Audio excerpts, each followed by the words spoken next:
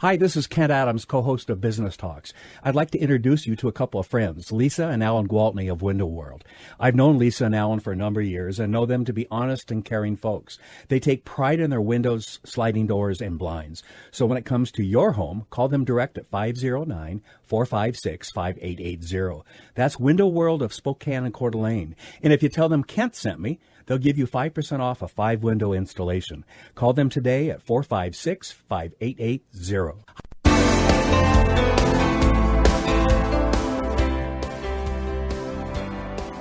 Welcome to Startup Spokane on Spokane Talks Online, your home for broad and podcasts about everything startup and entrepreneurship related in the Spokane region. We're your hosts, Megan Garrett and Ryan Arnold. Ryan, why don't we start with a brief reminder for our listeners about who we are and how we got involved in Startup Spokane? Why don't you go first? Absolutely. So my name is Ryan Arnold. I'm the Entrepreneurship Program Director with Greater Spokane Incorporated. And Startup Spokane is a brand about really bringing information and resources to the Spokane community about entrepreneurship and innovation. And we do that in a lot of different ways and host a lot of different programs. And this is one of the ways that we reach out to the community to talk about entrepreneurship.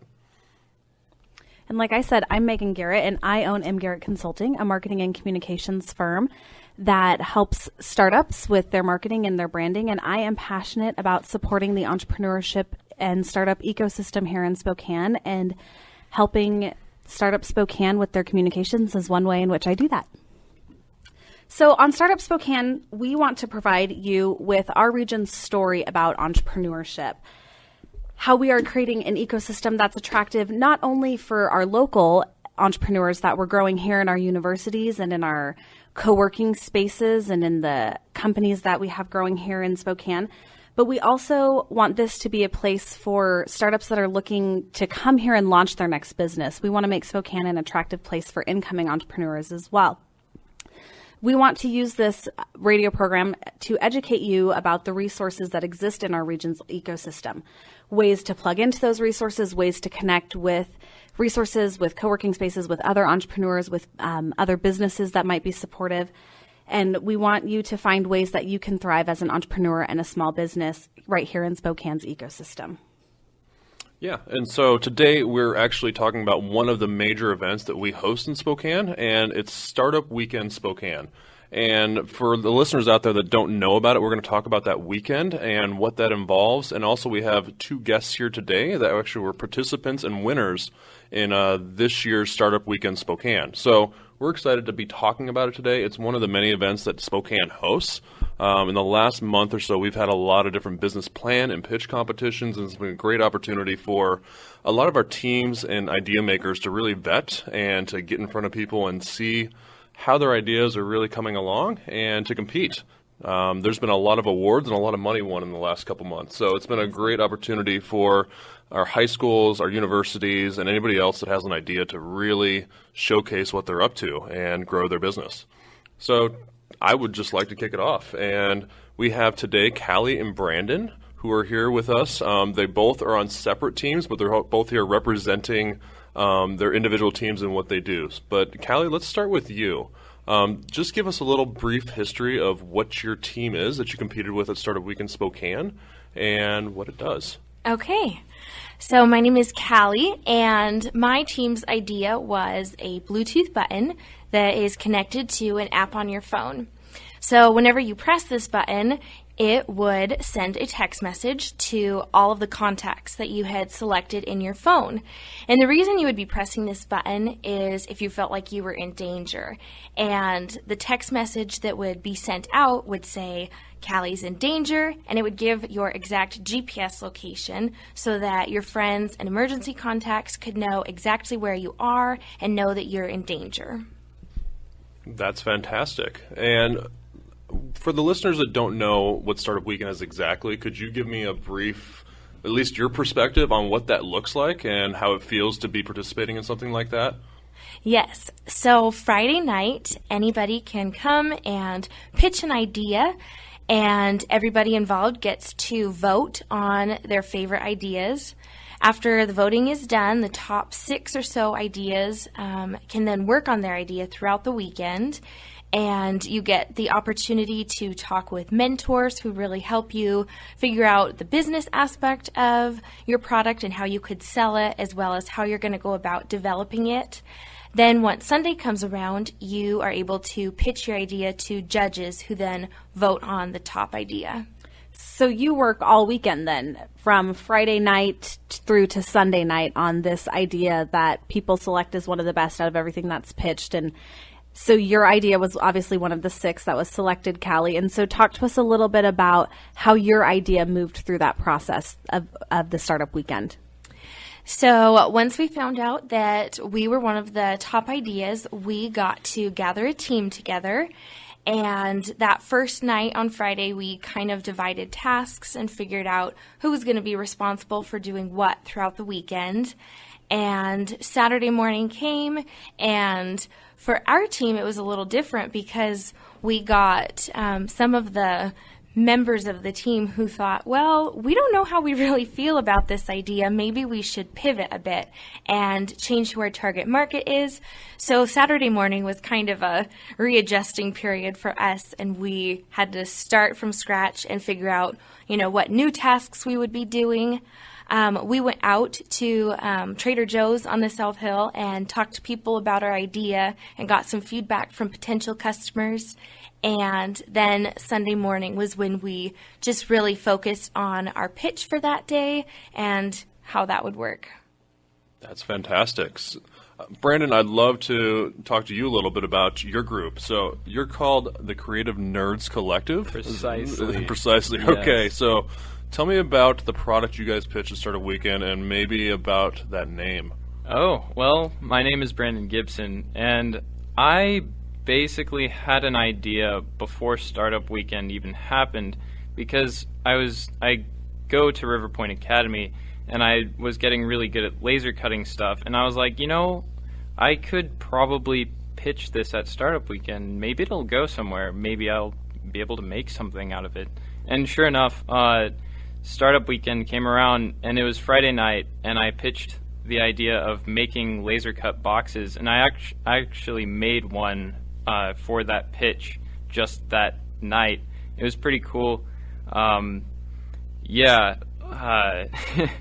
was pretty cool. But by that time, it was called the Magic Boxes, because we were primarily targeting people in the niche market who played Magic the Gathering, and our box was a simple laser cut wood box that would hold cards. And our idea didn't even get voted on within that first night, and so we had to actually make a team from scratch. We were a rogue team, and we decided that we would continue and push it out through Sunday. Whatever happens, because we had nothing to lose. Over the course of the weekend, though, we developed our name, and we're all nerds, so we're like, you know what? Let's just make a company about the creative nerds who create things. So we eventually decided on the name Creative Nerds Collective. It had a little ring to it, and so we're like, let's stick with it. It was quite fun, actually. Yeah, and the acronym CNC as well, so sort of like how you're building your boxes, right? Yeah, we use a laser cutter, and so it is technically a CNC machine because it uses servos and things to basically do all the hard, heavy lifting for you. We only have to use CAD programs, or I use Adobe Illustrator, which isn't even meant to be a CAD program, to laser cut our stuff. And so CNC was kind of a fun play on words. So you were a rogue team, as you self-admitted there during the weekend, Brandon. So tell us a little bit about your unique experience through the weekend, and kind of how your team came together and how you sort of moved through the process of the weekend. Yeah. Well, our rogue team developed within the first night because it was primarily me and a few classmates. No one had voted on our idea. Well, we did get voted on, but it wasn't enough to push us through the remaining weekends or remaining days of the weekend. And so we had a passion for laser cutting and doing things of the sort, and we really wanted it to go somewhere. We had the drive to make it actually go somewhere. So we were like, you know what? let's just build our team. We don't have anything to lose. And so, sure enough, the next day we had a team together. We were working on a website. We were developing a logo and making boxes over the course of Saturday. We actually designed more than just boxes. We made different sizes, and we made a book cover prototype just that day. And then we went over to River Point Academy to laser cut all of our products. So, yeah. So you were actually designing and making product that weekend? Yes, we did, and it was really fun. After they were created, we pitched them to local businesses like Merlin's downtown, just across the street, a few blocks, and we pitched it to the comic book shop, which they were really excited to see these things. They were like, yeah, Magic players would definitely like these. They would use these, and these things are durable, so we would like to have these on our shelves, but we don't have a manager, so we can't really talk about consignment right now. And I was like, that's totally fine. As long as we know that you want it, then the judges will like it. So yeah, and for our listeners out there, I mean, Brandon said basically he's built a simple box, but these things are not simple. So I wish you could see them. They are pretty elaborate, and they have a lock and key on them, and they're all made of wood, right? There's no other parts to this. They've all been intricately put together and kind of pieces lock in place, right? Precisely. There's no glue required. They're all pressure fit, and all of them are designed so that with a mallet you could basically build one yourself. We're actually thinking about having sets where people can build them. We're not sure about that yet because they're just cool to come as one solid piece. Yeah, and it looks like we're going to post a few photos of these boxes up online on SpokaneTalksOnline.com, to showcase. Our producer's taking pictures of them right now as we're going. Yeah, but we'll get them up on Startup Spokane as well with the podcast. But yeah, they're very intricate. They're very cool looking boxes. And what was your price point? You were talking about selling them at a pretty high premium. Yeah, that was the biggest deciding factor of how we were going to take this business. Because originally I was like, yeah, I want these boxes to be handcrafted and really cool, but I also want them to be really cheap. And I was originally thinking like $15, which is way too low. People were talking to me and they're like, you need to set that way higher because the perceived value of these boxes will also go up. And so, we decided on having the small box be set at $25, which is lower than what you might find on something like Etsy, but it's still a high quality box at a lower price, which is what people want. The higher or the bigger boxes, they cost up to $35. And I think that really is the beauty of a startup weekend is you can, like we heard from Callie and like we heard from Brandon in your stories, you get out and you actually do entrepreneurship. This isn't just about an event where you think about an idea and you think, could you make a business out of it? You're out in the community, you're doing market research, you're talking to potential customers, you're thinking about things like pricing and where would you place your product and what stores would it make sense, or who's the user for if you're creating an app or a service. And I think that's really where you see a lot of the value out of a startup weekend is not only in the team and in the creation of these businesses and these ideas, but you get that valuable feedback out of the process as well. Absolutely. So, do we have time for one more question before? No, we don't. So we're going to go to a radio break, and we'll be right back on SpokaneTalksOnline.com.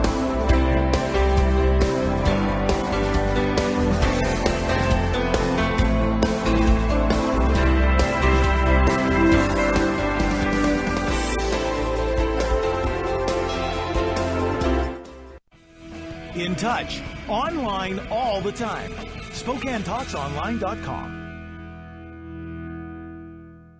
Affordable health coverage is now available in Washington State. Better Health Together is a nonprofit organization offering free one-on-one assistance to help you explore your options, understand discounts and tax credits, and apply for coverage. We have 250 trained professionals throughout Eastern Washington ready to help you apply for coverage. To learn more about this free service and your insurance options, Call Better Health Together at 509-321-7500. 509-321-7500. If you need a sign, banner, or business cards for your business, who do you call? Hi, this is Kent Adams. And Tom MacArthur from Business Talks. Kent and I call Instant Sign Factory for our signs, banners, business cards, and more. Dave at Instant Sign Factory is our go-to guy for printing, and he always does excellent work for us. Check them out online. They've got an all-new website, InstantSignFactory.com. Tell them Kent and Tom from Business Talks sent you. Instant Sign Factory.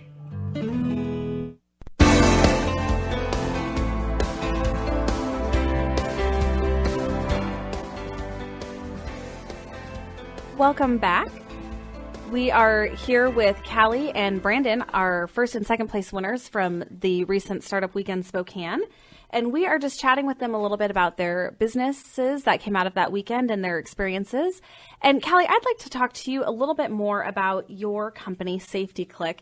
And it's such a unique idea to have this safety element, the safety mechanism built into your smartphone, where people can, if they're in distress or if there's a potentially dangerous situation happening, they can let specified contacts know that they're in danger. And then I'm assuming their contacts, let's close that loop. So what happens when that text message goes out? Their contacts then can call for help or can let emergency services know, my friend, my child, they're in danger and this is where they're at. Exactly. We would hope that once that text message was sent out, the emergency contacts could call the person who sent out the text, and if they were able to answer their phone, they could see what was going on. The person who gets the text message could also call 911 if they just felt like something was really wrong, or they could even go to that location because they know exactly where their friend or family member is who's in danger. So that is the hope with it. And where did that idea come from? Is that something that, you know, you had a friend maybe in trouble, or what kind of was the catalyst behind thinking about something like that?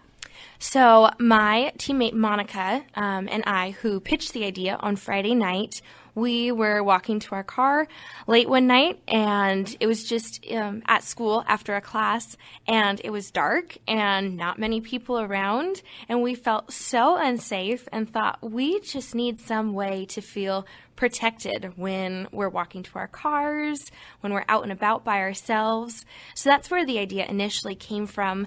And we knew that there were lots of apps who provide a similar safety feature where you can let people know you're going to be walking to your car. But apps are very distracting sometimes because if I'm walking to my car, I'm not on my cell phone. I'm trying to pay attention to what's going on around me. So that's why we wanted to implement the hardware feature so that it could be something on your keys or your purse, where I always have my keys on me when I'm walking to my car. So this button would be ready to go and I could press it in an instant and let people know that something was going on. So even, I guess, in theory, then, if you're separated from your phone, but let's say, you know, someone takes your purse, but you still have your keys, because I do the same thing. I think all of us women do. We have our keys in our hand when we're walking to our car at night.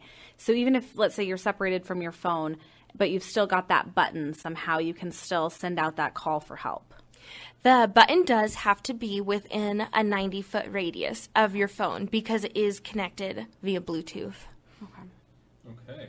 Well, I think it's pretty interesting that, you know, Startup Weekend's been going on in Spokane for years, and we've had a lot of different events, a lot of teams come through, and there's some great precedent that we've seen a lot of these teams become companies. They've gone on to really raise some money, to be on Shark Tank, and it's been a great event to really take that next step forward for companies and for ideas. So I'm going to ask you both, but I'd love to start with Brandon. You know, what's next for the Nerd Collective, and what are you guys going to be doing following Startup Weekend? Well, it'll be interesting because I have to graduate high school first, and then I'll be moving on to college.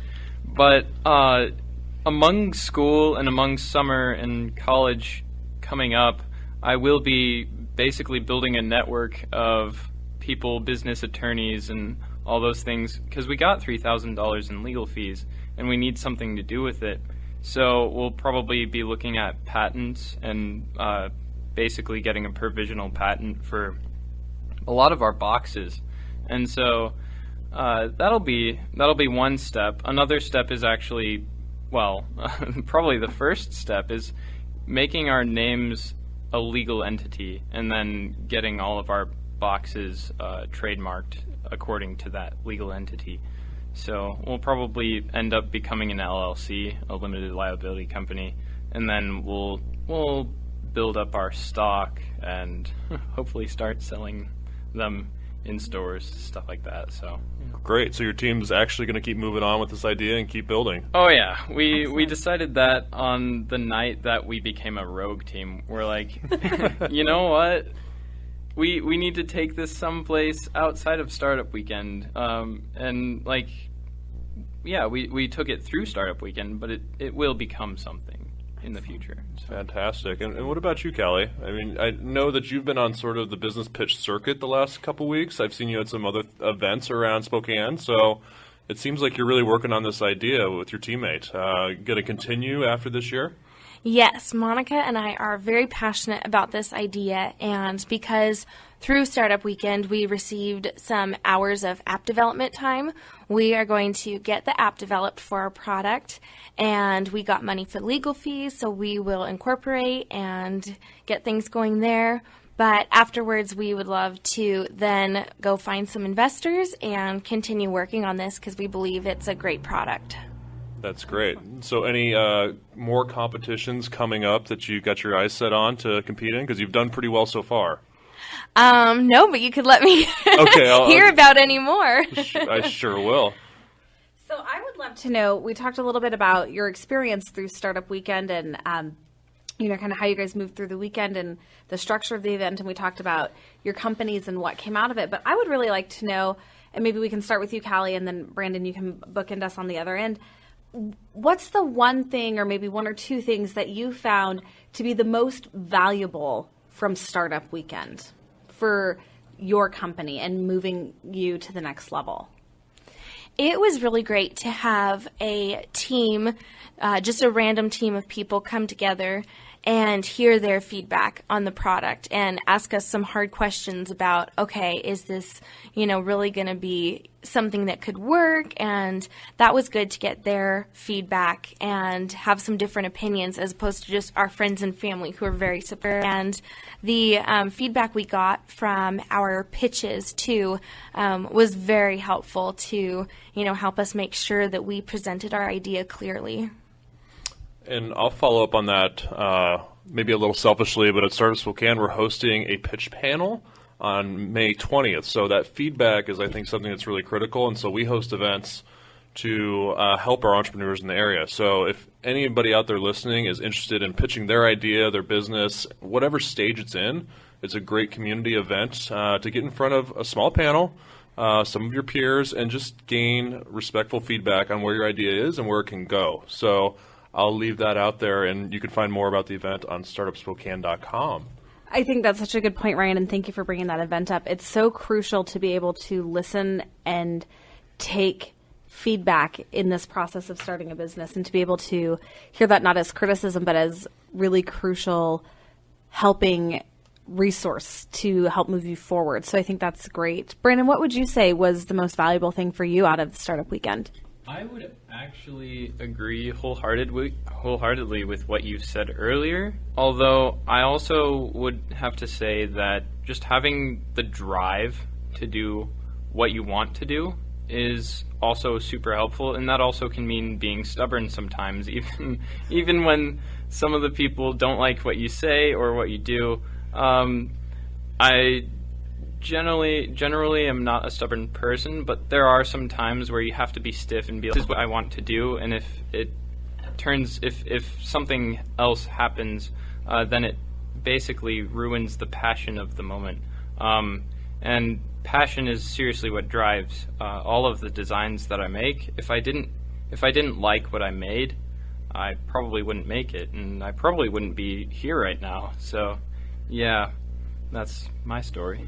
Well, and I think you showed them because you went from no one really voting on the idea and not being one of the top 6 and having to be a rogue team to following that passion through, and you took second place. So, absolutely, and it was really a lot of fun as an observer to Startup Weekend too. I'd add that, I watched both of your teams pitch at the beginning and at the end, and to see the transformation that happened over those 54 hours was pretty fantastic. And that's sort of the magic of that event specifically, is that you can really watch teams come from a rough idea sometimes and then really come out at the end with something fantastic.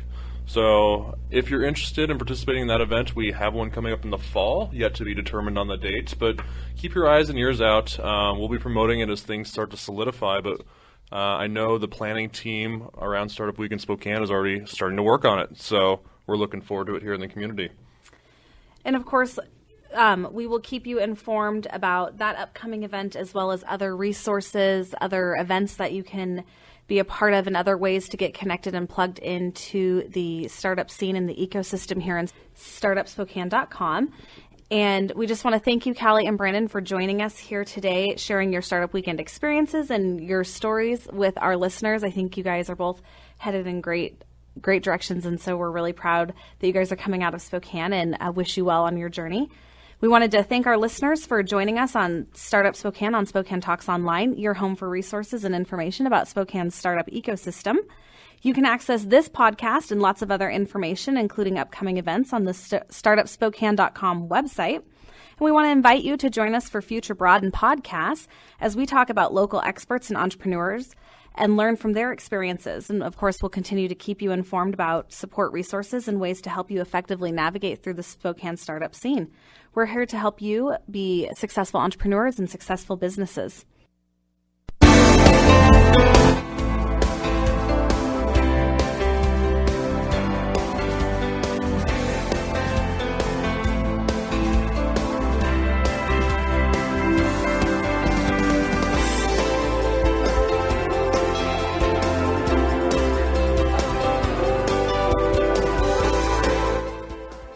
Affordable health coverage is now available in Washington State. Better Health Together is a nonprofit organization offering free one-on-one assistance to help you explore your options, understand discounts and tax credits, and apply for coverage. We have 250 trained professionals throughout Eastern Washington ready to help you apply for coverage. To learn more about this free service and your insurance options, call Better Health Together at 509-321-7500, 509-321-7500.